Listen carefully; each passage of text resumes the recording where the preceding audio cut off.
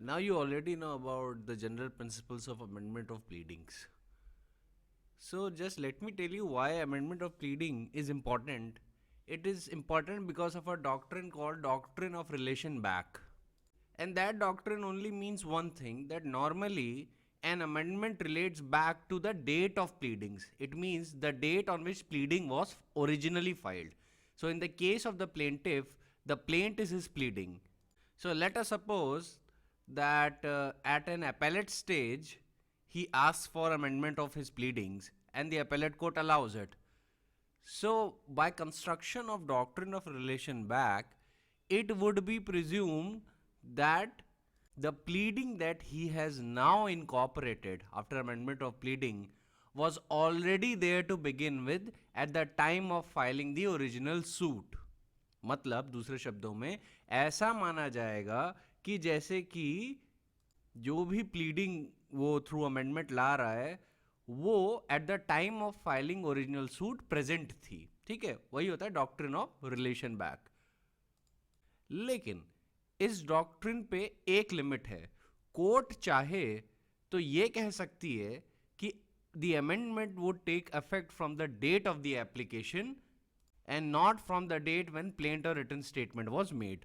अगर कोर्ट चाहे तो इस डॉक्ट्रिन ऑफ रिलेशन बैक को रेगुलेट कर सकती है और ये बोल सकती है कि हम अमेंडमेंट तो प्लीडिंग में अलाउ करेंगे पर अफेक्ट ऐसा ही होगा जैसे कि प्लीडिंग्स जो हैं अभी इनकॉर्पोरेट की गई हैं. मतलब उसमें ये नहीं माना जाएगा कि the pleading would be deemed to have been incorporated as if they were present at the original pleadings itself. ठीक है. Now let us refer to your rule 18 of order 6, and after that I will be talking about some case laws in relation to your amendment of pleading. So rule 18 says failure to amend after order. It says that if a party who has obtained an order for leave to amend does not amend accordingly within the time limited for that purpose by the order, or if no time is thereby limited within 14 days from the date of the order, he shall not be permitted to amend after the expiration of such limited time as aforesaid, or of such 14 days as the case may be, unless the time is extended by the court. इसमें 14 days का period mark कर लीजिएगा क्योंकि ये वो अक्सर prelims में ना क्वेश्चन होता है इन कंटेक्स्ट ऑफ रूल 18. ठीक है, तो चलिए हम वापस केस लॉस पे आ जाते हैं.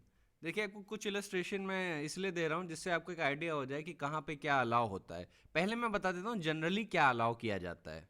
देखिए in general grant of consequential relief, an amendment which leads to a suit being comprehensively decided, an amendment to take notice of subsequent events, an amendment which is formal in nature, an amendment to clarify the pleadings, an amendment where the parties in plaint are wrongly described, an amendment where some properties are omitted from the plaint due to inadvertence, an amendment where there is a mistake in a statement of cause of action, and an amendment where there is a bona fide omission in making necessary averments in the plaint are generally allowed.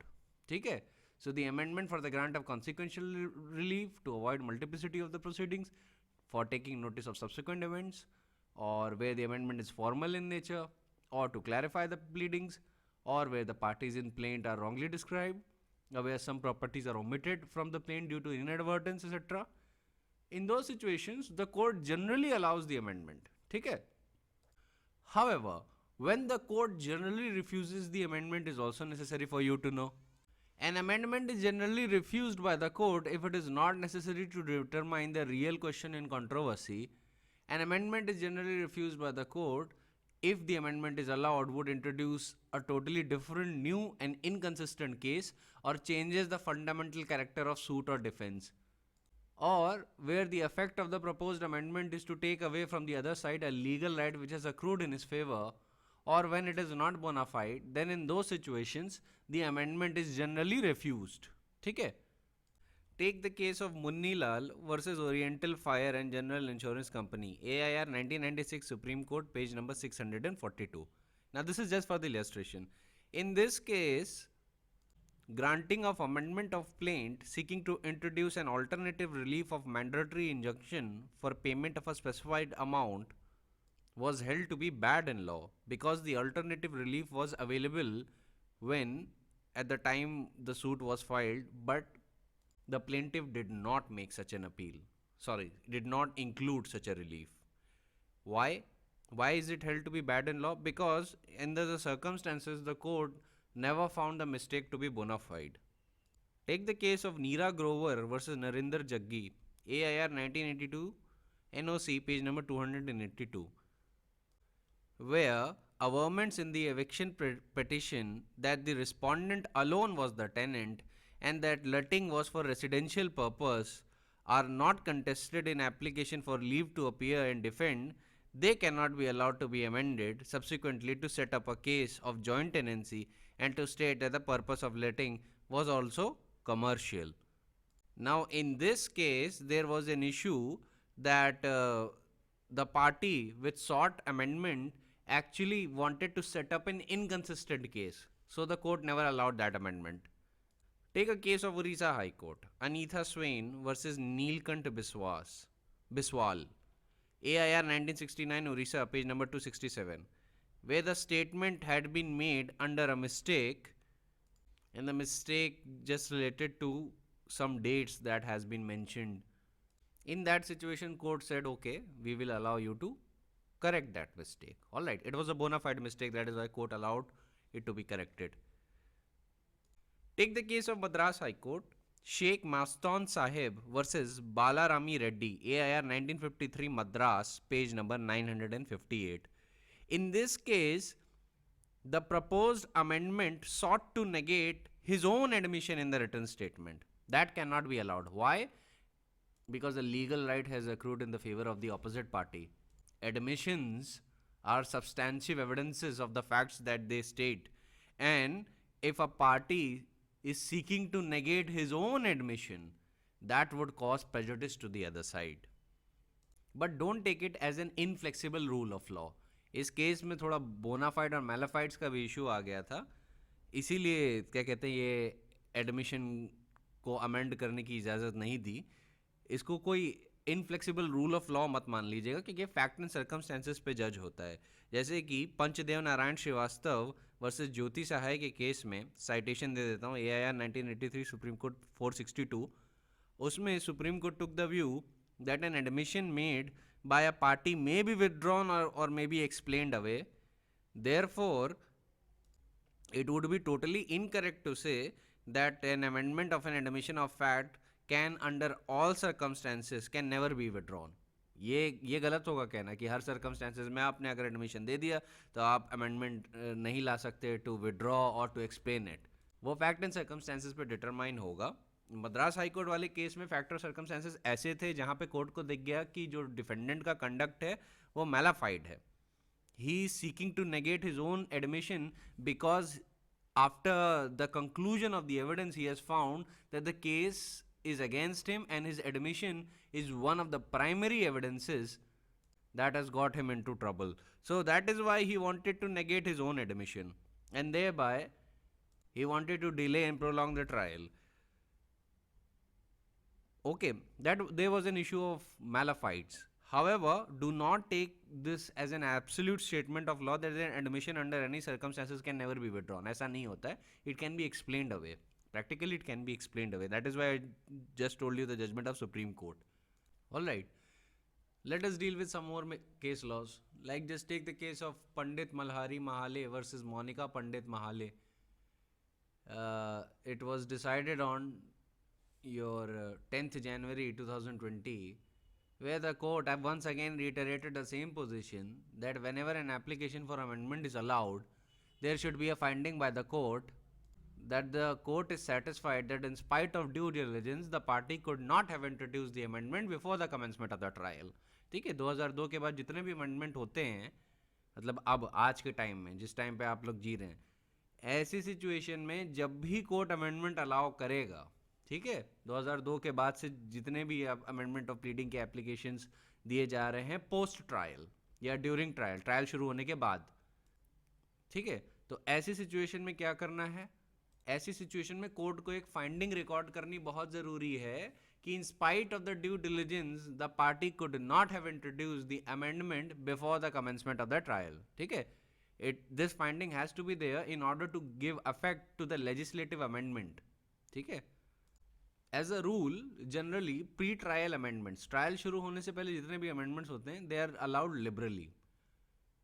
Then take the case of Hira Lal versus Kalyan Lal, where the Supreme Court said that an admission cannot be withdrawn by the way of amendment of the pleadings, but it can be explained or clarified by the way of amendment. ध्यान रखिएगा, मैं आपको already बता चुका हूँ, it is not an inflexible rule. In certain situations जहाँ पे fact और circumstances justify करते हैं, वहाँ पे कोर्ट चाहे तो एडमिशन को भी विड्रॉ करने की इजाज़त दे सकता है, लेकिन वैसे फैक्टर सर्कमस्टेंसेस रेयर होते हैं और वो एक्सेप्शनल सिनेरियो है. बस आपको इतना जानना चाहिए कि जनरल रूल ये है कि एडमिशंस जनरली विड्रॉ नहीं करने दिए जाते by the way of amendment of pleadings, but it can be explained और clarified by the way of amendments. Now next take the case of Sushil Kumar Jain versus Manoj Kumar, decided in 2009, reported in 2009, AIR 2009 Supreme Court, page number 2544. In this case, Supreme Court stated that by an amendment of a written statement, an admission made in original written statement can be explained even by taking inconsistent pleas or altering the defense. And notice the keywords. Admission in the original statement can be explained even by taking inconsistent pleas or altering the defense. Explanation की बात कर रहा है. Next, we come to the case law of Bole Panda versus KM Mandappa, AIR 2008 SC Supreme Court, page number 2003. In that case, Supreme Court stated that one cause of action cannot be substituted for another by a way of amendment. Similarly, the effect of admission cannot be taken away. Defendant can elaborate his defense or can take additional pleas in the support of his case. These were some points that was held in this case law. Next is Gautam Sarup versus Leela Jetli, reported in Supreme Court cases 2008 volume 7 page number 85. In that case, Supreme Court in the fact or circumstances of that particular case noticed that by an amendment the admission in the original pleadings cannot be sought to be rid of. Then take the case of Sumesh Singh versus Phulan Devi, AIR 2009 Supreme Court, page number 2831, where the Supreme Court stated that mere denial of plain amendments is not a categorical or unequivocal admissions. By amendment of written statement it can be resiled. ये उस situation के लिए supreme court ने बात की कि जहां पे सिर्फ एक बेयर डिनायल है प्लेन अमेंडमेंट्स का और कोई कैटेगोरिकल या एक्सप्रेस एडमिशन नहीं है, वहां पे क्या कर सकते हैं, through the amendment of pleadings ऐसे एडमिशन से रिजाइल किया जा सकता है. Again this falls into exceptional situation. यहाँ पे फैक्टर सर्कमस्टेंसेस दिखने चाहिए तभी कोर्ट अलाउ करेगा, वरना नहीं अलाउ करेगा. Then consider the case of S. Mala Reddy versus Messrs. Future Builders Cooperating Housing Society and others. It was reported in AIR 2013 Supreme Court, page number 3693. In that case, Supreme Court said that a defendant cannot resile from an admission made in his written statement by taking recourse to Order 8, Rule 9 or Order 6, Rule 16 of CPC by seeking to file a fresh written statement. Now, in the facts of this case, these were the central issues before the Supreme Court. अब मैं आपको एक चीज़ बता देता हूँ, ये जितने भी एग्जाम्पल मैंने दिए हैं ये आपको याद करने के लिए नहीं दिए हैं, ये बस आपको ध्यान में रखने के लिए दिए हैं, जिससे आपको थोड़ा आइडिया हो कि ओके कहाँ पे क्या कोर्ट अलाउ कर रहा है, कहाँ पे कोर्ट क्या नहीं अलाउ कर रहा है. इससे you have a general idea how it is working, क्योंकि जनरल प्रिंसिपल्स तो मैंने आपको बता दिए, उन्हीं जनरल प्रिंसिपल्स के बेसिस पे एप्लीकेशन जज होती है. तो आप एक चीज़ का ध्यान रखिएगा, ये सिर्फ आपको समझाने के लिए बताया जा रहा है. I am not using these examples because I want to make sure that you memorize them. No, you don't need to memorize them. You just need to take these illustrations as a guide, कि आपको थोड़ा पता हो कि इन situations में generally allow होता है, इन situations में generally नहीं अलाउ होता है, और क्या चीज़ कैसे काम कर रही है. अब आपको पता है कि Order 6 Rule 17 में जो ट्रायल जो है उसके बाद अगर आप अमेंडमेंट ऑफ प्लीडिंग्स की एप्लीकेशन डालते हैं then it can not be allowed unless you show your due diligence, है कि नहीं. तो ऐसी सिचुएशन में एक सवाल खड़ा होता है कि ट्रायल कहाँ से शुरू होता है. और always remember that trial is deemed to commence when the issues are settled and when the case is set down for recording of evidence. ठीक है? The trial is deemed to commence when the issues are settled and when the case is set down for recording of evidence. Citation for that purpose is Ajendra Prasad Ji and Pandey versus Swami Keshav Prakash. Citation is AIR 2007 Supreme Court, page number 806.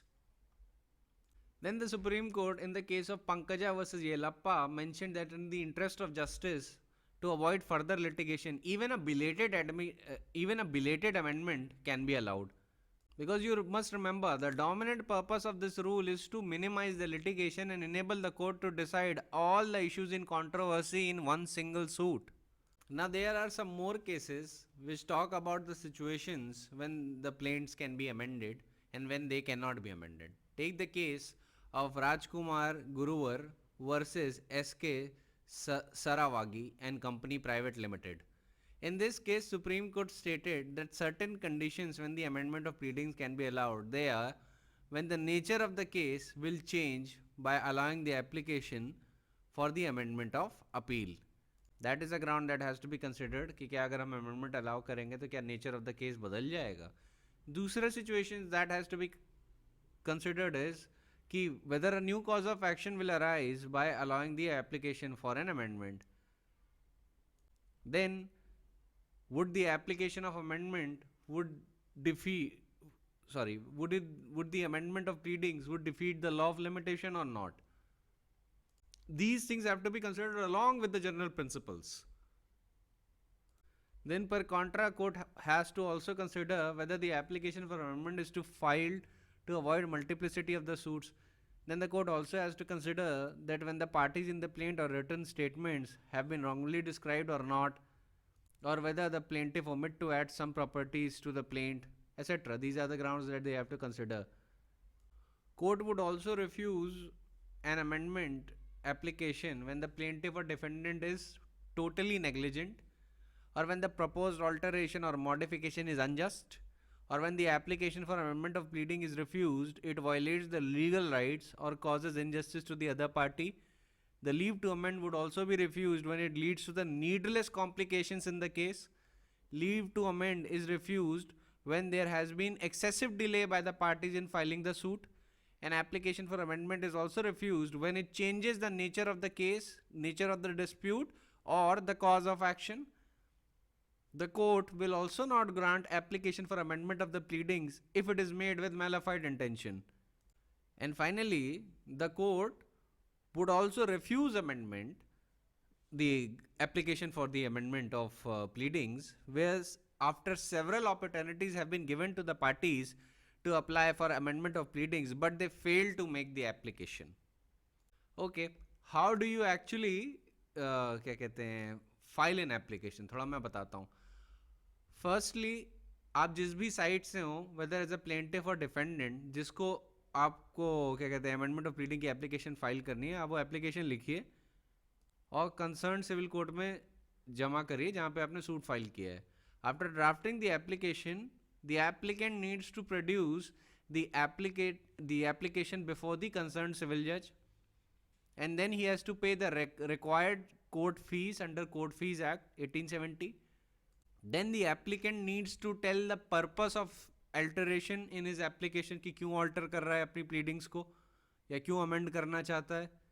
The judge will read the application and if he thinks fit that his alteration or amendment is necessary for the purpose of determining the real issue in controversy between the parties, he will grant the permission for the amendment of pleading.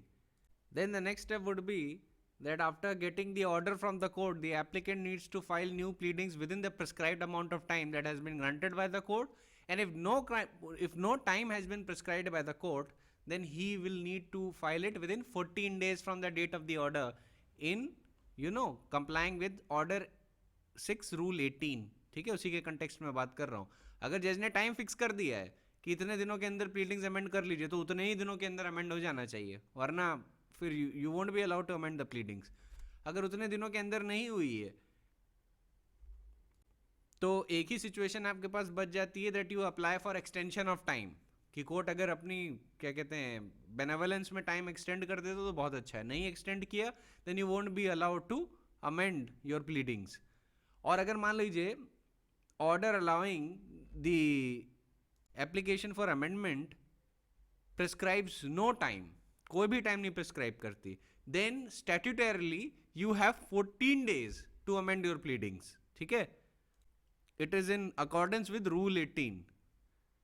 And the last step is that you also need to give a copy of altered pleading to the opposite party. अब जरा उस topic पे बात कर लेते हैं कि can pleadings be amended if the suit is debarred by limitation. क्या प्लीडिंग्स अमेंड की जा सकती हैं? तो देखिए, आप जनरल रूल जानते हैं जो कि LJ Leach and company limited versus Jardine Skinner and company में ले डाउन कर दिया था सुप्रीम कोर्ट ने कि as a general rule the court can decline the application of the amendment of the pleadings if it is debarred by limitation. But even then, the court recognized that the court has discretionary power to allow that application to secure the end of justice. The limitation can be the ground of rejecting the application, but the court can allow it if it thinks that the amendment is necessary. Then, in another case, that is South Konkan Distilleries and another versus Prabhakar Gajanan Nayak and others, the court stated that it is a settled principle that the court can disallow the application for amendment if on the date of the filing of the application it is barred by limitation. But this does not mean that the court cannot order the grant of application. For securing ends of justice, the court has a discretionary power to allow the application for amendment of pleading. Then, next in the case of Pankaj versus Yelappa, the court held that there is no settled principle which states that the court can reject the application of amendment if on the date of filing the application it is barred by limitation. The court stated that the discretion to allow or not to allow the application depends on the factual background of the case. If fact and circumstances of the case clearly establish that this amendment is necessary to determine the cause of action and to avoid further litigation, then the court should allow this application.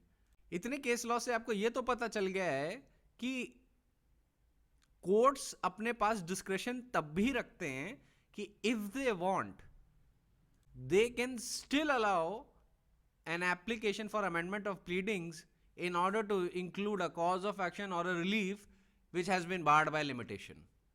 वो allow कर सकते हैं अगर चाहे तो, provided at the time of filing the original suit as a cause of action या relief was within limitation. क्योंकि doctrine of relation back तो तभी काम करेगी ना. If I remember correctly, मैंने LJ Leach and company versus Jardine Skinner के जो फैक्ट्स थे मैंने पिछले ही लेक्चर्स में बता दिए थे, so I don't think I need to reiterate them again. I'll just tell you the principle of law and move on. Let me give you more illustrations. जैसे एक illustration है के Raheja constructions limited and another versus alliance ministries and another. इसका citation है, it was reported in 1995, supplemental volume number 3, Supreme Court cases, page number 17. In that case, Supreme Court was seized with a belated application to amend a plaint filed for permanent injunction.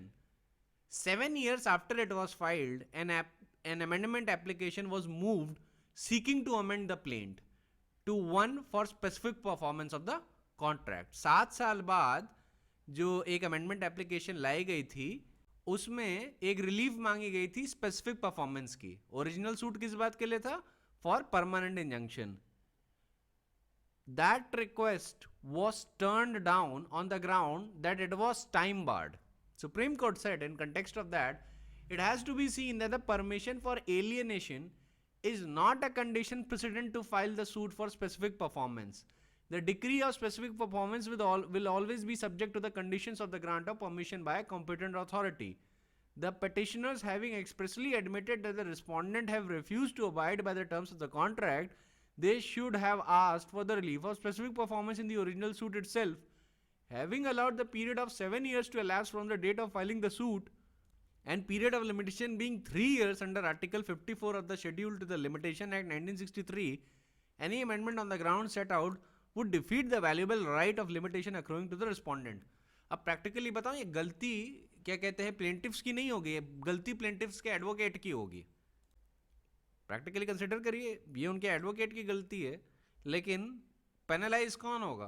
Plaintiff penalise होगा. तो competent और non competent advocate में यही difference होता है कि he is well aware about the case. After reading the case file he can just understand okay what law applies and what the reliefs are to be claimed.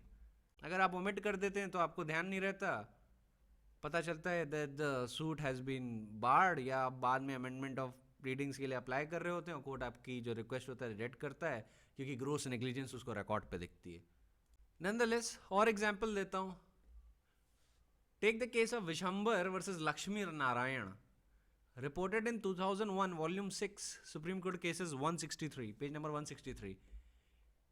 In that, a suit was originally filed for recovery of possession.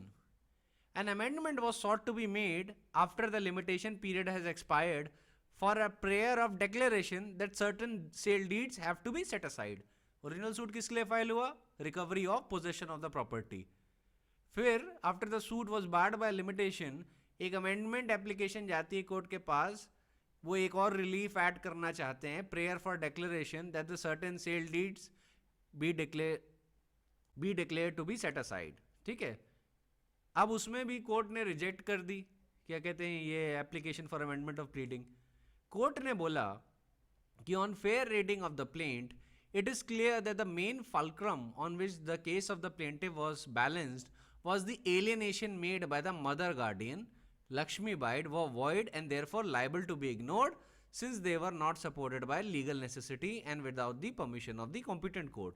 On that basis, the claim was made that the alienation did not affect the interest of the plaintiff in the suit property.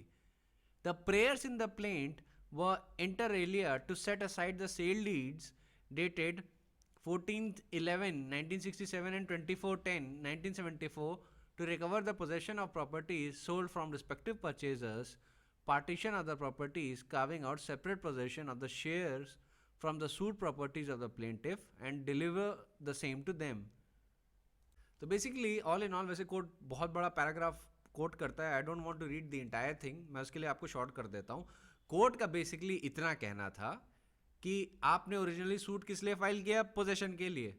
ठीक है, अब आप जब आपका suit एकदम एक relief वाला aspect है उस सूट से रिलेटेड, वो जब बाहर हो चुके लिमिटेशंस है, now you want to include that relief. उस कंटेक्स्ट में सुप्रीम कोर्ट ने कहा कि आपने जब सूट फाइल किया था तो आपने सूट तो एक पार्टी का सूट तो बार्ड था, दूसरी पार्टी का suit was with in the prescribed period of limitation. उसी को कह रहा है कि आपने सूट जो फाइल किया था उसमें आपने पोजेशन की रिलीफ तो मांगी थी, but you did not ask for the relief or a prayer for setting aside the for setting aside the sale deeds. Setting aside the sale deeds के लिए आपने prayer नहीं लिखी थी अपनी plaint में, relief clause में वो mention नहीं था. Since the claim for recovery of possession of the property is alienated, could not have been made without setting aside the sale deeds of the suit as initially filed, the suit was not maintainable. अब जिस date को आपने defect को rectify किया था उस date को this relief for setting aside the sale deed was barred by limitation, और उस सर्कमस्टेंसेस में amendment of the plaint can not rescue you. Now I tell you the next case, that is Sampath Kumar versus Ayyakannu and another, reported in 2002 volume 7 supreme court cases, page number 559. In that case, Supreme Court was faced with an application for amendment made after 11 years after the date of institution of the suit to convert through amendment a suit for permanent prohibitory injunction into a suit for declaration of title and recovery of possession. अब इसमें सवाल ये था कि क्या basic structure of the suit alter हो जाता है इस अमेंडमेंट की वजह से, even though it is filed after 11 years. Supreme court ने कहा, in our opinion the basic structure of the suit is not altered by the proposed amendment, क्योंकि ये केस इंपॉर्टेंट है because it has a reference to doctrine of relation back. Supreme Court ने बोला, in our opinion the basic structure of the suit is not altered by the proposed amendment. What is sought to be changed is the nature of the relief sought by plaintiff. In the opinion of the trial court, it was open to the plaintiff to file a fresh suit, and that is one of the reasons which has prevailed with the trial court and with the high court in refusing the prayer for amendment and also in dismissing the plaintiff's revision. We fail to understand if it is permissible for the plaintiff to file an independent suit, why the same relief which could have been prayed in a new suit can be permitted to be incorporated in the pending suit, cannot be permitted to be incorporated in the pending suit. बहुत simple से reasoning है court की कि अगर new suit file कर सकता है उन्हीं फैक्ट्स पे, तो आप अमेंडमेंट ऑफ प्लीडिंग क्यों नहीं अलाउ कर देते उसी सिचुएशन में, उसी केस में क्यों नहीं अलाउ कर सकते? क्योंकि एक डोमिनेंट ऑब्जेक्ट तो आपको पता ही है कि ऑर्डर 6 रूल 17 का क्या है. It is to avoid multiplicity of the suits as well, है ना. To avoid the multiplicity of the litigation, this rule has been incorporated, or as far as possible, all the matters in controversy between the parties should be decided in one single suit. So, in that reference, the court said that Order 6, Rule 17 confers jurisdiction to the court to allow either party to alter or amend his pleading at any stage of the proceedings and on such terms as may be just. Such amendments are as directed towards putting forth and seeking determination of real question in controversy between the parties, and they shall be permitted to be made. The question of delay in moving an application for amendment should be decided not by calculating the date of the institution of the suit alone, but by reference to the stage at which hearing of the suit has proceeded. Pre-trial amendments are allowed more liberally than those which are sought to be made after the commencement of trial or after conclusion thereof. In the former case, generally it can be assumed that the defendant is not prejudiced because he will have a full opportunity of meeting the case of the plaintiff as amended. In the latter case, the question of prejudice to the opposite party may arise and shall have to be answered by the reference to the fact and circumstances of the each individual case. So no straitjacket formula can be laid down for that purpose. The fact remains that a mere delay cannot be a ground for refusing a prayer for amendment. यहाँ पे देखिए delay की बात हो रही है. Delay does not equal to limitation. ठीक है, डिले को लिमिटेशन से कंफ्यूज मत कर लीजिएगा. Delay is a different thing and limitation is a different thing. So Supreme Court continued further and said that an amendment once incorporated relates back to the date of the suit. However, the doctrine of relation back in the context of the amendment of pleading is not one of universal application, and in appropriate cases the court is competent while permitting an amendment to direct that the amendment permitted by it shall not relate back to the date of the suit, and to extent permitted by it shall be deemed to have been brought before the court on the date on which the application seeking the amendment was filed. ये मैं आपको पहले ही बता चुका हूं, पर मैं case law के रेफरेंस से फिर से बता रहा हूं आपको कि एक जो अमेंडमेंट एक बार इनकॉर्पोरेट होता है, जो जिसको कोर्ट अलाउ कर देता है अमेंडमेंट ऑफ प्लीडिंग, तो ये माना जाता है due to doctrine of relation back कि it would relate back to the date of the suit. लेकिन doctrine of relation back absolute नहीं है. कोर्ट चाहे तो क्या कर सकता है, ये कह सकता है कि जो अमेंडमेंट जो हम अलाउ कर रहे हैं ये उस डेट से माना जाएगा जिस डेट को हमने एप्लीकेशन अलाउ की है. ठीक है, तो मतलब डॉक्ट्रिन ऑफ रिलेशन बैक नहीं अप्लाई करेगी. मतलब court can define the limits कि इस डेट को तक ही मानेंगे, इससे पहले का नहीं मानेंगे. So it can regulate the doctrine of relation back if it wants to. So in context of present case, Supreme Court said that in the present case, the amendment is being sought for almost 11 years after the institution of suit.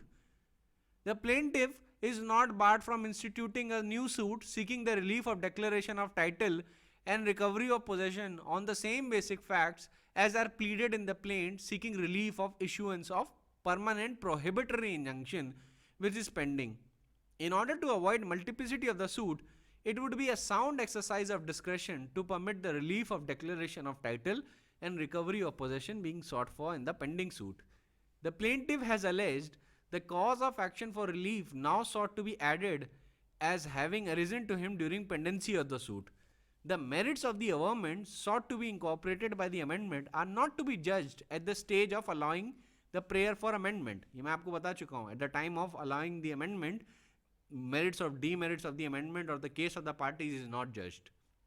However, the defendant is right in submitting that if he has already perfected his title by the way of adverse possession, then the right so accrued should not be allowed to be defeated by permitting an amendment and seeking a new relief which would relate back to the date of the suit and thereby depriving the defendant of the advantage accrued to him by the lapse of time by excluding a period about 11 years in calculating the period of prescriptive title claimed to have been earned by the defendant.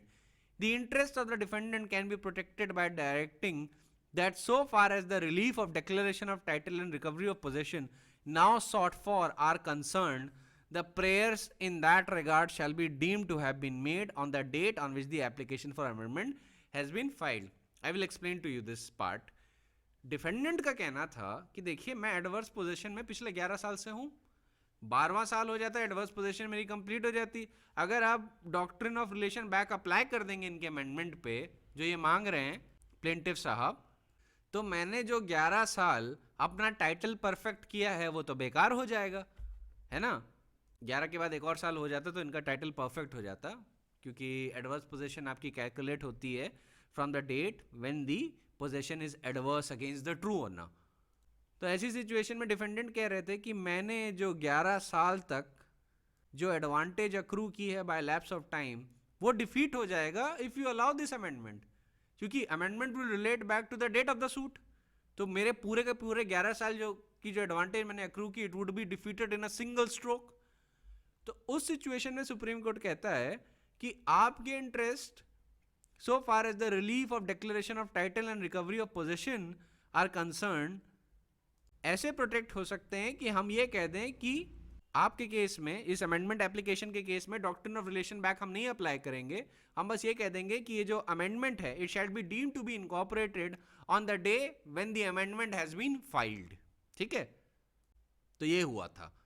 तो अभी तक जो मैंने आपसे discussion किया, आपको दो चीज़ें तो पता चल गई होंगी कि जनरली कोर्ट ये जो लिमिटेशन का मैटर है ये बहुत सीवियरली कंसिडर करता है जब अमेंडमेंट ऑफ प्लीडिंग्स अलाउ करनी होती है या डिसअलाउ करनी होती है, उसको बहुत सीवियरली कंसिडर करता है।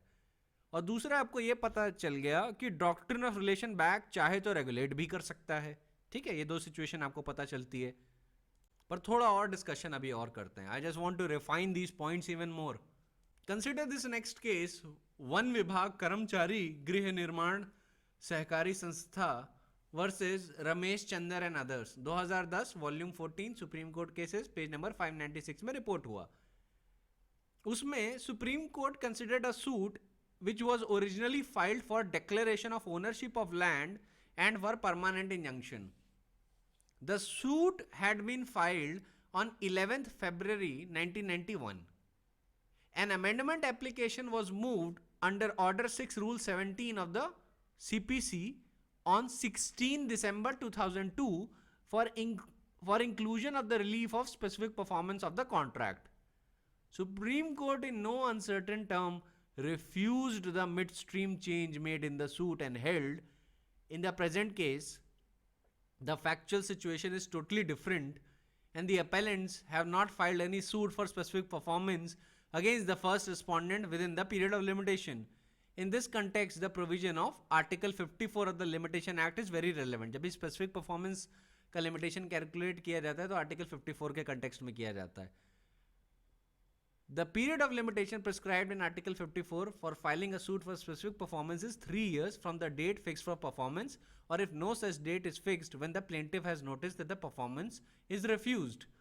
Here, admittedly, no date has been fixed for performance in the agreement for sale entered between the parties in 1976, but definitely by its notice dated 3rd of February 1991, the first respondent has clearly made his intentions clear about the refusing performance of the agreement and cancelled the agreement.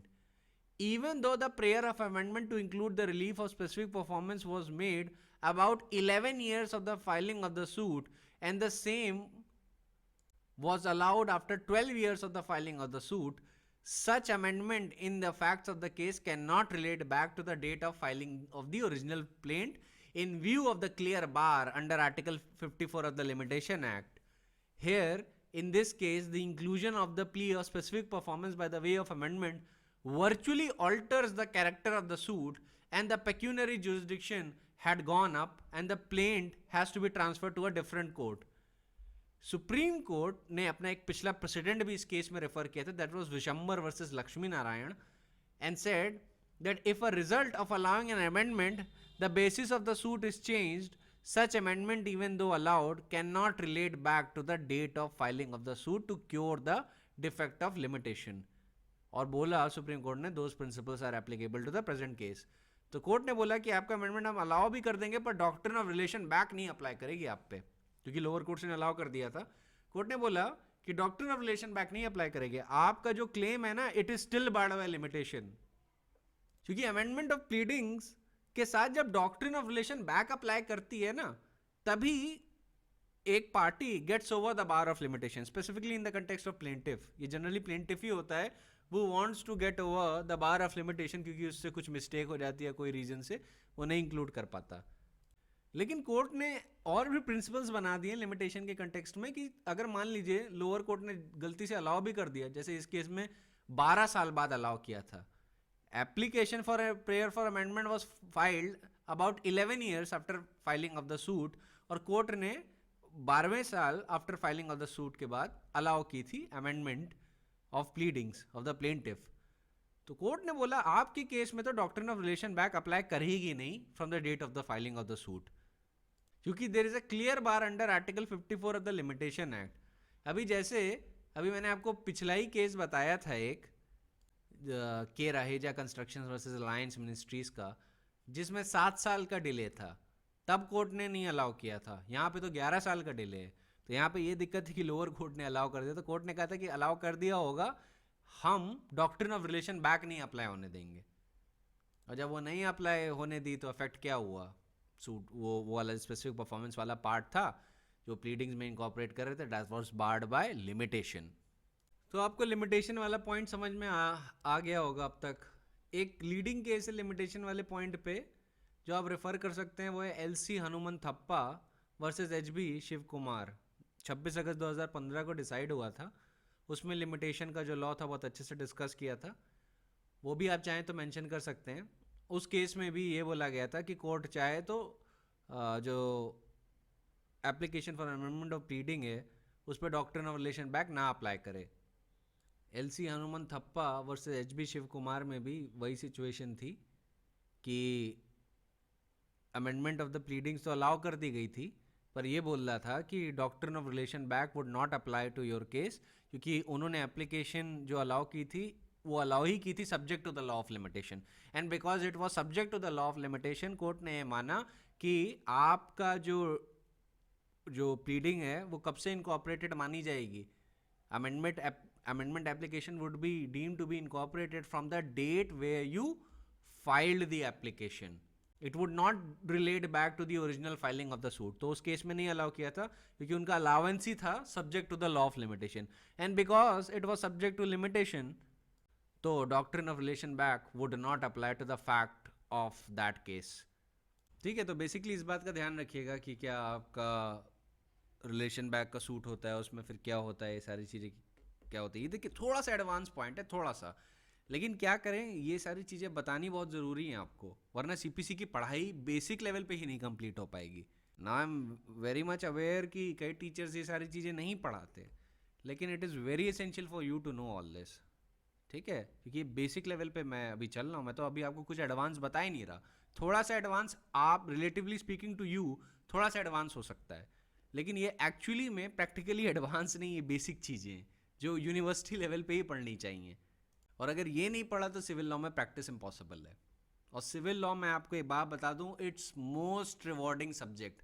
सबसे ज़्यादा real life में अगर कोई subject आपको reward करेगा Prestige से, power से और क्या कहते हैं मनी से, वो सीपीसी ही है, क्योंकि इसके बेसिक कंसेप्ट्स आपको हर लॉ में मिलेंगे।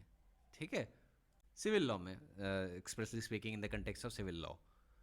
अब जरा एक नेक्स्ट पॉइंट से डील कर लेता हूँ कि क्या one defendant can object to the amendment application filed by the co-defendant. क्या ऑब्जेक्ट कर सकता है? यहाँ पे मैं ऑब्जेक्शन की बात कर रहा हूँ, अमेंडमेंट की नहीं, कि क्या को डिफेंडेंट अमेंडमेंट एप्लीकेशन लगा सकता है। वो तो ऑब्वियसली लगा सकता है, एनी पार्टी लगा सकती है, if it wants it can always apply for it. मैं ये कह रहा हूँ कि क्या एक डिफेंडेंट ऑब्जेक्ट कर सकता है अमेंडमेंट एप्लीकेशन फाइल्ड बाय अ को डिफेंडेंट। अब देखिए प्रॉपर्टी डिस्प्यूट का मैटर था। ठीक है, मैं केस का नाम आपको बता देता हूँ। केस का नाम है Armando Pereira and another versus Sriju D D'Souza. ठीक है, अब देखिए ऐसे मान लीजिए कि there was this lady, she died living behind her property, और उस पर प्लेंटिफ वो हर सन्स वर क्लेमिंग कि हम उस प्रॉपर्टी के हकदार हैं, और जो उस लेडी के ब्रदर्स थे जो डिफेंडेंट थे, डिफेंडेंट नंबर 1 and 3, उन्होंने कहा हम उस प्रॉपर्टी के हकदार हैं। अब प्लेंटिफ ने डीड ऑफ सक्सेशन प्रोड्यूस की और बोला कि we are the successor of the deceased lady and hence we are entitled to the property in that capacity. साथ में उन्होंने ये भी बोला कि जो डिफेंडेंट नंबर 1 है वो यूसर्पर हैं और जिन्होंने एन्जॉयमेंट ऑफ दैट प्रॉपर्टी से उनको एक्सक्लूड कर दिया है, ठीक है, उनको बाहर कर रहे हैं, they have usurped the possession of the property, और उसके जो प्रॉपर्टी की जो एन्जॉयमेंट और रेंट्स हैं वो खुद पोजेस करते हैं और हमको नहीं देते because we are the original successors of that property, then we should have the possession of that property, not the defendants. ठीक है, ये उन्होंने बोला। डिफेंडेंट नंबर 1 ने अपने रिटन स्टेटमेंट में आर्ग्यू किया कि प्रॉपर्टी हालांकि लेडी के नाम पे थी लेकिन मैं रियल ओनर था उसका, क्योंकि मैंने उसका सारा पेमेंट किया है। मतलब ये कहना चाह रहे थे डिफेंडेंट नंबर 1, मैं कोई टेक्निकल टर्म नहीं यूज़ करना चाह रहा, टेक्निकल टर्म में बेनामीदार हो जाएगा। वहाँ पे डिफेंडेंट नंबर 1 ने कहा कि जो लेडी जो ओनर थी प्रॉपर्टी की वो सिर्फ नाम की थी, पेमेंट मैंने की, मैं रियल ओनर हूँ। डिफेंडेंट नंबर 3 ने भी सेम स्टैंस अप्लाई किया, उसने भी बोला कि yes defendant number 1 is the real owner, और उसने वो पोजीशन एडमिट की। लेकिन लिटिगेशन के दौरान डिफेंडेंट नंबर 3 ने एक application for amendment of pleading file की, जहां पे उन्होंने एक इंडिपेंडेंट लीगल क्लेम बनाया कि I am the legal heir of that property. अब इंडिपेंडेंट क्लेम बनाया by the way of amendment application. अब इस अमेंडमेंट को प्लेंटिफ ने तो रेजिस्ट किया, तो जनरली कॉमन सेंस की बात है, उसके पास तो राइट हो गई, लेकिन को डिफेंडेंट ने भी रेजिस्ट किया। तो बॉम्बे हाई कोर्ट के सामने इस केस में ये सवाल था कि क्या this amendment be resisted by the को डिफेंडेंट एज वेल, प्लेंटिफ तो कर ही सकता है। बॉम्बे हाई कोर्ट ने सीधा सा जवाब दिया, when the interest of co-defendants are adverse to each other, the court would be certainly be required to decide a dispute between the two defendants.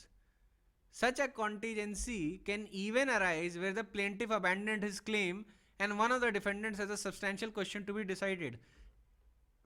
Bombay high court ने इस बात का भी ध्यान दिया कि ऑर्डर 23 के रूल 1A में it is permissible for the defendant to be transport as plaintiff. तो कोर्ट ने बोला कि रियल नेचर जो डिस्प्यूट है ना सारी पार्टीज के बीच में, it is a dispute inter से, मतलब ये सिर्फ डिस्प्यूट प्लेंटिफ और डिफेंडेंट के बीच में नहीं है बल्कि को डिफेंडेंट्स के भी बीच में है। तो ऐसे में co-defendant can be allowed to object to the amendment of pleadings, he would be allowed to object to the amendment of pleadings. ये सबसे लीडिंग केस है इस पॉइंट पे। सो आपको ये पता चल गया कि co-defendant can oppose an application for amendment of pleading where his interest are in jeopardy। ठीक है। अच्छा, बॉम्बे हाईकोर्ट की और भी रीजनिंग थी इस मैटर पे, क्योंकि बॉम्बे हाईकोर्ट ने एक एडमिशन ऑफ द प्लीडिंग्स की भी बात की थी, क्योंकि मैंने आपको अभी बताया था ना कि डिफेंडेंट नंबर 3 ने सबसे पहले ये एडमिट किया कि yes defendant number 1 is the true owner. पहले उनका एडमिशन था, ये एडमिशन किसके फेवर में था? डिफेंडेंट नंबर 3 का, डिफेंडेंट नंबर 1 के फेवर में था।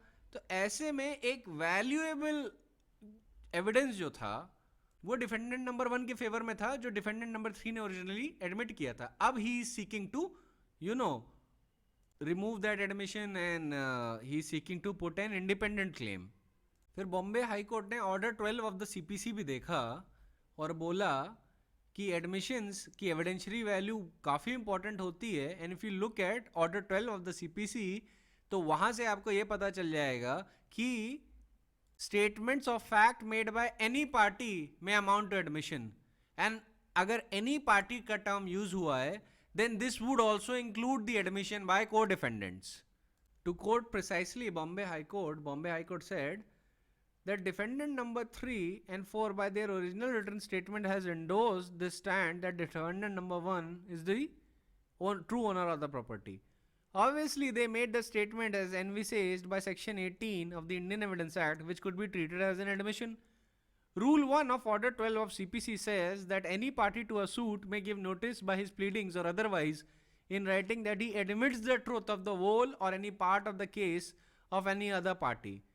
The words used in the rule are any other party and not necessarily an adverse party. It could be either the plaintiff or the defendant also. ठीक है, इसी reasoning पे बोला। Bombay high Court ने बोला कि एडमिशंस के कंटेक्स्ट में अगर आप रूल 1 ऑफ ऑर्डर 12 सीपीसी देखें तो सीधे बोलता है कि admissions of fact can be made by any other party. जो टर्म है ना एनी अदर पार्टी, इसका मतलब नेसेसरली पार्टी ही नहीं होता, सॉरी, इसका मतलब एडवर्स पार्टी ही नहीं होता। It does not mean necessarily that is an adverse party, it could be either plaintiff or the defendant also. Of course that would include the expression co defendant as well. ठीक है, अब अगर आप ये सोच रहे हैं कि यहाँ पे एडमिशन वाला पॉइंट कैसे आ गया, तो ध्यान रखिए जो डिफेंडेंट नंबर 1 ऑब्जेक्शन ही क्यों दे रहा था अमेंडमेंट ऑफ द प्लीडिंग्स पे, वो इसलिए ऑब्जेक्शन दे रहा था क्योंकि डिफेंडेंट नंबर 3 ने सबसे पहले उसको ट्रू ओनर होना एडमिट किया था। बाद में वो थ्रू अमेंडमेंट वो बता रहा था कि मेरा इंडिपेंडेंट क्लेम है, I am the legal heir of that lady जिसकी प्रॉपर्टी थी, जिसकी प्रॉपर्टी को लेकर झगड़ा था। ठीक है, so this is a very leading case on that point. ये 2 पॉइंट पे लीडिंग केसेस है। Co-defendant can make the admissions, co-defendants can also oppose the amendment application of the other co-defendant. Similar point of rules co-plaintiff पे भी apply करेंगे, ध्यान रखिएगा। ठीक है, अब छोटा सा सवाल ये उठता है कि क्या strict rule of res judicata apply करता है अमेंडमेंट ऑफ प्लीडिंग्स पे? तो उसका आंसर है नहीं, इट डजंट अप्लाई स्ट्रिक्टली नहीं अप्लाई करता है। तो एक बात का चीज को ध्यान रखिएगा कि एक बार application for amendment is rejected on merits, a second application on the same amendments is not maintainable. ठीक है, not necessarily due to the rule of res judicata, it is just not maintainable, क्योंकि that में even tantamount to the abuse of the process of the court. But if there is a change of circumstances, an application for the amendment may be filed provided no prejudice is caused to the other side. Similarly, a fresh application would lie if the earlier application for the amendment of pleading is withdrawn or dismissed for default or not decided on merits. अब देखिए मैंने क्या चीज बोली है कि strict rule of res judicata नहीं apply करता, मतलब उसके कंस्ट्रक्टिव एस्पेक्ट्स और जितने भी टेक्निकल एस्पेक्ट्स हैं वो नहीं अप्लाई करता। इन प्रिंसिपल रेस जुडिकाटा का सेम्बलेंस जरूर अप्लाई करेगा, बट मोस्टली जो बार लगता है वो ये इस बात पे लगता है कि आप सक्सेसिव एप्लीकेशन एक ही पॉइंट पे नहीं ला सकते। ठीक है, अगर ऐसा कोई पार्टी करती है so it is abusing the process of the court.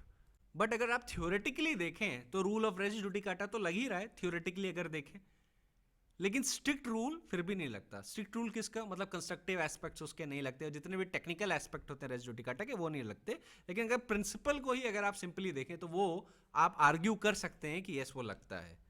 लेकिन अगर कभी भी आपसे पूछा जाए, और इन टर्म्स को जरूर गौर करिएगा कि क्वेश्चन पूछ क्या रहा है।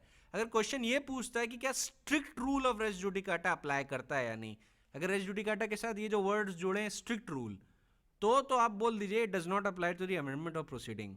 लेकिन अगर वो पूछता है कि क्या रेस जुडिकाटा अप्लाई करता है और वो मेंस का सवाल है, तो आप उसको थोड़ा एक्सप्लेनेशन में जा सकते हैं कि स्ट्रिक्ट रूल्स तो नहीं अप्लाई करते, लेकिन अगर आप थ्योरेटिकली देखें तो ये एक एप्लीकेशन अगर मेरिट पर डिसाइड हो गई है तो दूसरी एप्लीकेशन सेम अमेंडमेंट्स पे मेंटेनेबल नहीं होगी, क्योंकि प्रिंसिपल ऑफ रेस जुडिकाटा भी लगेगा, और अगर ऐसी सक्सेसिव एप्लीकेशन अलाउ की गई तो it would be the abuse of the process of the court as well.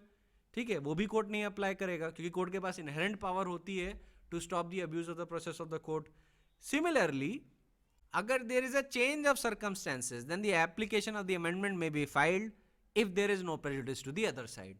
आपको ये भी पता है कि रेस जुडिकाटा स्टैटिक सिचुएशंस पे अप्लाई करता है, चेंजिंग सर्कमस्टेंसेस पे नहीं। तो अगर सर्कमस्टेंसेस चेंज हो गए हैं तो the application for amendment may be filed provided no prejudice is caused to the other side. उसी तरीके से ही अगर फ्रेश एप्लीकेशन तब भी लायक करेगी अगर ओरिजिनल एप्लीकेशन इज विड्रॉन और डिसमिस फॉर डिफॉल्ट और नॉट डिसाइडेड ऑन मेरिट्स। ठीक है, अब एक फाइनल चीज अमेंडमेंट ऑफ प्लीडिंग्स पे डिस्कस करनी है, वो ये है कि आपको पता है कॉस्ट अवॉर्ड किए जाते हैं if the amendment application is allowed, है ना।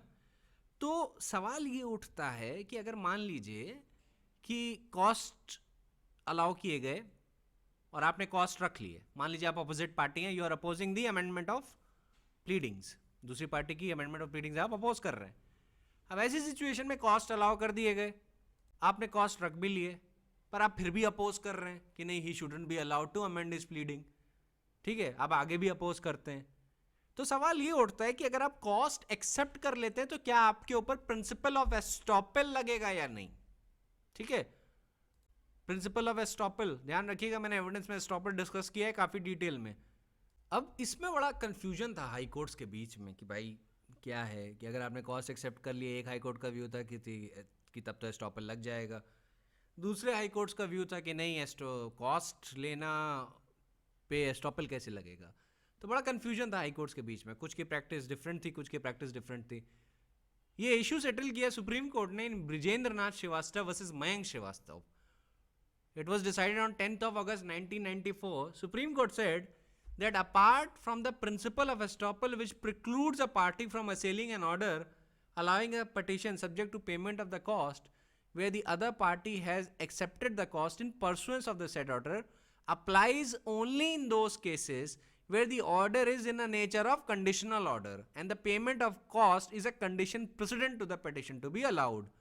In such a case, it is open to the party not to accept the benefit of the cost and thus avoid the consequence of being deprived of the right to challenge the order on merits. The said principles would not apply to a case where a direction of payment of cost is not a condition precedent on which the petition is allowed and the cost has been awarded independently in exercise of the discretionary power of the court to award the cost. Because in such a case, the party who has been awarded cost has no opportunity to waive his right to question the validity or correctness of the order. Supreme court ने पूरा dispute ही settle कर दिया और सीधे बोला कि अगर payment of the cost is condition precedent to the allowing of application, ठीक है, मतलब कोर्ट आपसे कहता है, आप अपोज कर रहे हैं, कोर्ट कहता है कि देखिए आप अपोज मत करिए क्योंकि इनके पास ग्राउंड है कि जिन पे इनकी अमेंडमेंट एप्लीकेशन ग्रांट कर देनी चाहिए और आपको हम 1 लाख का कॉस्ट देते हैं, आप चाहें तो 1 लाख का कॉस्ट एक्सेप्ट कर लें and let the matter be, इनका अमेंडमेंट अलाउ होने दें, वरना अगर आप चाहते हैं कि आप अमेंडमेंट एप्लीकेशन अपोज ही करेंगे then do not accept the cost, ठीक है। मतलब कंडीशन प्रेसिडेंट है, payment of cost is a condition precedent to the petition being allowed, ठीक है। ऑर्डिनरली कोर्ट ये आपको नहीं बोलेगा, ऑर्डिनरली कोर्ट ये डायरेक्शन देगा उस पार्टी को which is applying for amendment, ठीक है। ये तो मैं बस आपको समझाने के लिए कह रहा हूँ क्योंकि I don't want to be too technical with you people, otherwise you won't understand the thing. तो ऐसी सिचुएशन में मान लीजिए अगर आपसे ऐसी बात होती है, तो अगर आपने देखा है कि acceptance of the cost is a condition precedent to the petition being allowed और आप चाहते हैं नहीं कि मेरे पास राइट होना चाहिए टू अपोज दिस एप्लीकेशन क्योंकि I want to oppose the application of amendment, तो वहां पे अगर आपने कॉस्ट एक्सेप्ट नहीं किया तो आप अपोज कर सकते हैं उसकी एप्लीकेशन फॉर अमेंडमेंट। लेकिन अगर आपने कॉस्ट एक्सेप्ट कर लिया तो आप पे क्या होगा, आप पे एस्टॉपल लग जाएगा। लेकिन कहीं पे भी आपको कंडीशनल ऑर्डर नहीं मिला है, लेकिन कहीं पे भी ऐसा ही है कि मान लीजिए a party moved N application for the amendment of pleading, court कहता है कि ये फिर से प्रोसीडिंग डिले करवा रहे हैं, आप ऐसा करिए ऑपोजिट पार्टी को कॉस्ट दीजिए उसका टाइम वेस्ट करने के लिए। लेट अस सपोज आपको कॉस्ट अवार्ड हुआ 50,000 and you accepted it immediately, ठीक है। तो ऐसी सिचुएशन में यहाँ पे कंडीशन प्रेसिडेंट नहीं लगाई गई है। जब भी कंडीशन प्रेसिडेंट लगाई जाती है आपको पता होता है कि this is a condition president for allowing the petition, तो ऐसी सिचुएशन में आप पे एस्टॉपल नहीं लगेगा क्योंकि the power of ordering cost and the payment of cost to you has not been made a condition precedent on which the petition is to be allowed. The cost to you has been awarded independently in the exercise of the discretionary power of the court. ठीक है, usually हम एक maxim बोलते हैं cost follows the event. अब court को लगता है, मैं जज हूं, मान लीजिए मैं कहता हूं कि जो पार्टी, मान लीजिए plaintiff wants to amend his pleading और आप डिफेंडेंट है, अब प्लेंटिफ ने अप्लाई किया मेरे सामने, अब मैं देख रहा हूँ 3 साल से अपना केस डिले कर रहे हैं, इनका कभी कुछ मेरे सामने आते हैं और मैं देख रहा हूँ कि आपको आना जाना पड़ता है, चीज़ें होती है, तो मैं कहता हूँ कि ऐसा है कि मैं आपकी एप्लीकेशन भी नहीं सुनूंगा, first pay the cost to the opposite party for the amount of ₹50,000, plaintiff pays the cost accordingly, फिर मैं उसकी एप्लीकेशन देखता हूँ। ग्रांट करने की बात नहीं कर रहा हूँ मैं, तो सिर्फ जो डिले वो कॉज कर रहा है, जो प्रॉब्लम्स वो कॉज कर रहा है उसके कंटेक्स्ट में बोल रहा हूँ, ठीक है। और बाय द वे ये भी बताता हूँ, दिल्ली को छोड़ के, मतलब दिल्ली हाई कोर्ट में जब तक आप नहीं कर रहे कोई मैटर परसू, तब तक इतना ज़्यादा कॉस्ट कहीं मिलता भी नहीं है। ज़्यादा जगह कॉस्ट आपको मिलता है 100 रुपये 500 रुपये, अगर कॉस्ट फॉर कॉजिंग डिले कभी कभी 1000 2000 मिलता है बाकी की जगह कोर्ट्स में। दिल्ली के अलावा और मुंबई के अलावा आपको कॉस्ट ज़्यादा इतने हाई नहीं मिलते जब तक बहुत बड़े बड़े मैटर्स ना हो, जैसे कंपनी का मैटर है या IPR सूट्स हैं जिसमें the stakes amount to 100 crore 50 crore 10 crore ऐसे, तब इतने बड़े बड़े कॉस्ट मिलते हैं। तो ऐसी सिचुएशन में मैं coming back to the point, मैंने अगर कॉस्ट सिर्फ इस बात पे ध्यान में रखते हुए दिया है कि ये फिर से प्रोसीडिंग डिले करा रहे हैं, मेरे पास इतने सारे केसेस पेंडिंग हैं और मुझे फिर से मैटर एडजर्न करना पड़ेगा इनकी वजह से, क्योंकि मैं ऑफ कोर्स एक ही मैटर तो पूरे दिन में सुनूंगा नहीं, मेरे पास हज़ारों मैटर पड़े हुए हैं। तो अब इनका टाइम लिमिट तो एक्सपायर कर जाएगा, क्योंकि आज जो मैटर डील करना था वो हो ही नहीं पाएगा इनकी वजह से। तो मैं कहता हूँ कि ठीक है, आज तो वो मैटर डील नहीं हो पाएगा, लेकिन इनको पेनलाइज ज़रूर करूँगा। आप ऐसा करो, ऑपोजिट पार्टी को कॉस्ट दो। अब यहाँ पे जो मैंने कॉस्ट का ऑर्डर दिया है जो आपको मिलेगा, that is an exercise independent. वो मैंने कोई कंडीशनल ऑर्डर पास नहीं किया है, that is an independent exercise of my discretionary power. ठीक है, तो वहां पे अगर आप वो कॉस्ट एक्सेप्ट करते हैं तो आप पे स्टॉपल नहीं लगेगा, you can still oppose this application if you so want. ठीक है, वहां पे आपके ऊपर स्टॉपल बिल्कुल भी नहीं लगेगा। So I hope you understand that point. By the way, जो कॉस्ट को लेके प्रोविजन है ना, वो है आपका सेक्शन 35 और आपका सेक्शन 35A और 35B। और ध्यान रखिएगा, कमर्शियल डिस्प्यूट को लेके इसमें अमेंडमेंट हुआ है। आपको कमर्शियल डिस्प्यूट को लेके उतना जानने की ज़रूरत नहीं, बस एक बार बेयर रीडिंग कर लीजिएगा। इनफैक्ट ये बेयर रीडिंग वाले ही प्रोविजन है। कंपनसेटरी कॉस्ट पे क्या होता है इन रिस्पेक्ट ऑफ फॉल्स और वेक्सेशियस क्लेम, ठीक है, और कॉस्ट फॉर कॉजिंग डिले आपका 35B में है। सेक्शन 35 में आपका कॉस्ट है, 35A में compensatory cost in respect of false और वेक्सेशियस क्लेम्स है, 35B में आपका कॉस्ट फॉर कॉजिंग डिले है। और बाय द वे, मैंने जो 50,000 का कॉस्ट बोला है ना, वो थोड़ा दूसरे कंटेक्स्ट में बोला है। ध्यान रखिएगा, बड़े मैटर्स में ही मिलता है, कमर्शियल डिस्प्यूट के भी बड़े मैटर्स में जिसमें लार्ज कंपनीज इन्वॉल्व हैं। ठीक है, तो हमेशा जब भी किसी को ऐसा एग्जाम्पल दे दीजिएगा तो क्लैरिफाई कर दीजिएगा कि ऐसा ऐसा होता है, कहीं वो यही मान के ना बैठ जाए कि इतना इतना कॉस्ट मिलता है हर सिचुएशन में, इतना नहीं मिलता है हर सिचुएशन में। It depends on the fact and circumstances of the case. ठीक है, कभी कभी ऐसा होता है कि मान लीजिए अगर आप प्लेन से ट्रैवल कर रहे हैं, आप प्लेन से आए हैं लेट अस सपोज, और क्योंकि और कोई कन्वीनियंस का मोड अवेलेबल नहीं था, तो आपका मान लीजिए अच्छा खासा खर्चा हुआ है और आप उस सिविल कोर्ट के जुरिडिक्शन में रहते हैं, क्योंकि कोर्ट ऑब्लाइज करता है आपको कि आप जब तक ये हियरिंग ना निकल जाए आपको यहीं पे रहना होगा। तो ऐसे में आपके होटल एक्सपेंसेस और सारे वो कोर्ट ऐसा भी कर सकता है कि इसका कॉस्ट पे करे the opposite party which is applying for amendment. ठीक है, ऐसा कर सकता है, करेगा हर केस में नहीं, फैक्ट और सर्कमस्टेंसेस पर डिपेंड करता है, ऐसा कर सकता है। क्योंकि कोर्ट ये जो एप्लीकेशन है इसको एक डिले का माध्यम मान सकता है, उसको लगेगा कि आप जानबूझ के इसको डिले करना चाहते हैं। और कभी कभी डिले का जो मैटर होता है ना, वो फॉल्स और वेक्सेशियस क्लेम से ओवरलैप भी कर सकता है, ये भी जान लीजिएगा। उस पर मैं अभी ज़्यादा नहीं कुछ बोलूँगा वरना आप कंफ्यूज हो जाएंगे, लेकिन बस ध्यान रखिएगा कि वो ओवरलैप कर सकता है। जैसे एक इलस्ट्रेशन ये हो सकता है कि आप झूठा क्लेम इसीलिए रख रहे हो because you want to delay the proceeding. अब यहाँ पे कंपनसेटरी कॉस्ट दो चीज़ों के लिए दिए जा सकते हैं, एक तो क्लेम ही झूठा है, ठीक है, आपको तंग करने के लिए क्रिएट किया गया है, दूसरा वो डिले के लिए भी किया गया है। So in that situation your section 35A and 35B में ओवरलैप। और generally subordinate courts are slowest to grant the cost, क्योंकि जनरली उनको अवेयरनेस नहीं होती कि उनको कॉस्ट देना है। उनको कॉस्ट हमेशा देना चाहिए और अच्छे से कॉस्ट देना चाहिए, इंक्लूडिंग प्लीडर्स फीस। जब आप लोग जज बने तो एक चीज़ का ध्यान रखिएगा, आप कॉस्ट के अंदर कोर्ट फी, प्लीडर फी, जितनी भी फीस एक्सपेंसेस लगे हैं ना, वो उस पार्टी को दे सकते हैं जिसने एक्सपेंसेस इनकर किए हैं। And you should always grant the cost, cost should follow the event, आपको कॉस्ट हमेशा देने चाहिए। पर क्या है ना, सबऑर्डिनेट कोर्ट के जजेस नहीं देते क्योंकि उनको लगता है कि भाई वकील नाराज हो जाएंगे, बार काउंसिल हमारे विरोध में आ जाएगी। ये सारे कंसिडरेशन मत रखा करिए, जस्टिस को फॉलो करिए। There is a maxim, fiat justitia ruat caelum, let the justice be done though the heavens fall. आपको कभी भी किसी से डरना नहीं है, बस डरना नहीं है का मतलब एरोगेंस नहीं होता। अगर आपको लगता है लॉ ये मैंडेट करता है आपको ऐसा करना है, तो आप उसको बिल्कुल करिए, do not worry about anything और एनीवन।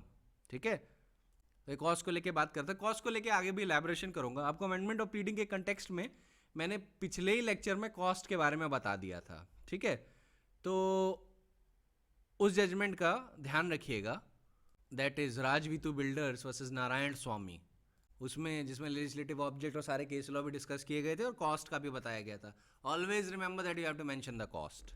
ठीक है, कॉस्ट के क्या गाइडलाइंस होंगे, कैसे देने हैं, उसको ध्यान से देखिएगा.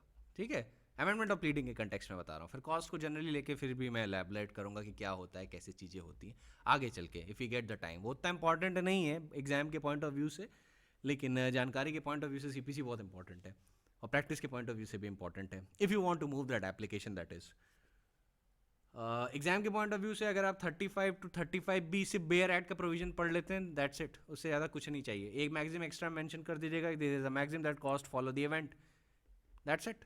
उससे ज़्यादा कुछ नहीं मेंशन करना होता है apart from bare act, the object and conclusion. कोई केस लॉ की ज़रूरत नहीं होती उसमें. So that is it for today. आपका प्लीडिंग खत्म हो गया. कल हम प्लेंट से शुरू करेंगे, रिटन स्टेटमेंट से शुरू करेंगे. प्लेंट और रिटन स्टेटमेंट हम कोशिश करेंगे. कल प्लेंट शायद खत्म हो जाएगा, शायद, आई एम नॉट श्योर. उसमें रिटर्न ऑफ द प्लेंट और रूल 11 सबसे इंपॉर्टेंट है.